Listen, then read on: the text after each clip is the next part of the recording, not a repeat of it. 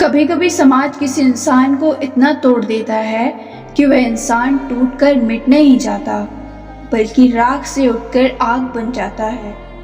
फूलन देवी एक मासूम बच्ची से भारत की सबसे चर्चित बागी रानी बनने तक का सफर, एक ऐसा नाम जिसने सत्ता को चुनौती दी, जुल्म को जवाब दिया और औरत की आवाज को इतिहास में दर्ज कर दिया। 1963 उत्तर प्रदेश का एक छोटा सा गांव गुरहा का पुरवा।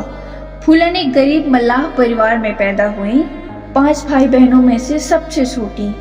बचपन से ही खेतों में मजदूरी, मवेशी चराना और भूख सहना उनकी तकदीर थी।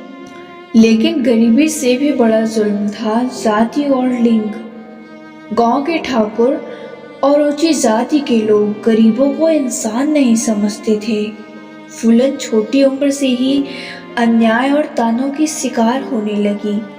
सिर्फ 13 साल की उम्र में फूलन की शादी कर दी गई, उनसे 3 गुना बड़े आदमी से। यह विवाह उनके जीवन की सबसे बड़ी त्रासदी साबित हुआ। पति ने उन्हें पत्नी नहीं खिलौना समझा। मारपीट, शारीरिक शोषण और तानों ने उनकी मासूमियत छीन ली। फूलन का बचपन वही खत्म हो गया, लेकिन इसी बचपन के जख्मों से उनके भीतर की क्रांति जन्म ले चुकी थी। वापस गांव लौटी तो भी जुल्म पीछा नहीं छोड़ा। ठाकुरों ने जमीन पर कब्जा कर लिया। गांव की पंचायत ने बार बार उनका मजाक उड़ाया। जब उन्होंने आवाज उठाई तो पूरे गांव ने उन्हें बदचलन करार दिया। पुलिस के दरवाजे खटखटाए, लेकिन पुलिस भी ठाकुरों की जेब में थी। फूलन समझ गई, इस समाज में औरत की आवाज का कोई मूल नहीं। लेकिन जितना समाज उन्हें तोड़ना चाहता, वो उतनी मजबूत होती चली गई। किस्मत ने उन्हें एक और मोड़ दिया।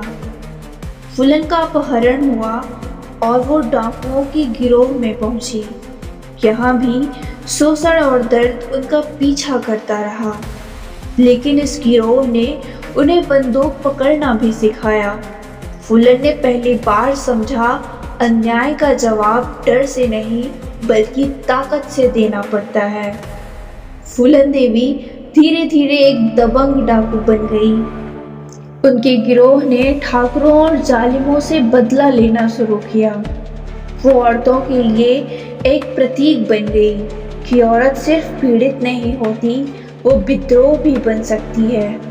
1981 का वह दिन, बहमाई गांव की घटना, जहां फूलन और उनके साथियों ने 22 ठाकुरों को मौत के घाट उतार दिया।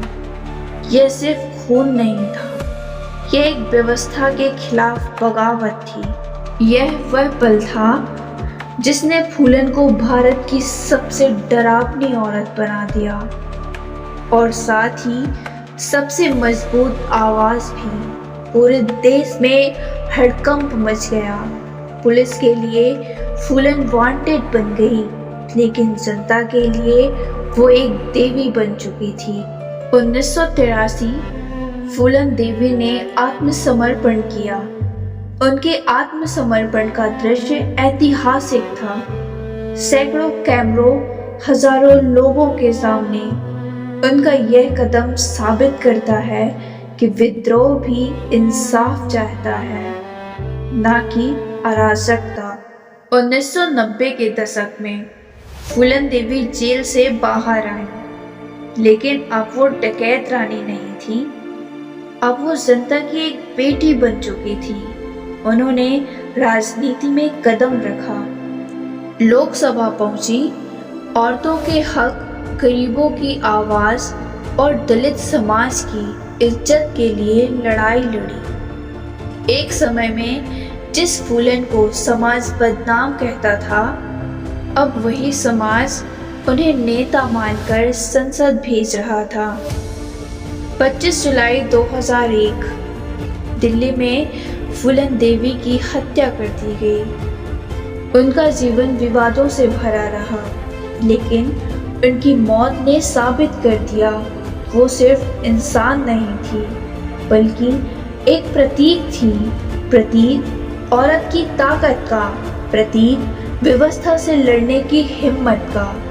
फूलन देवी की जिंदगी हमें यह सिखाती है कि गरीबी इंसान को नहीं तोड़ सकती, लेकिन अन्याय इंसान को आग बना देता है।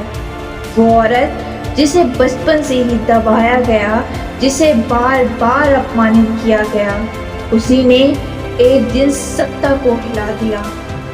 उनकी आवाज आज भी गूंजती है। औरत कमजोर नहीं होती, अगर वह खड़ी हो जाए तो सबसे मजबूत दीवारें भी ढह जाती हैं। फूलन देवी जुल्म से उठी एक आवाज जो इतिहास में हमेशा जिंदा रहेगी।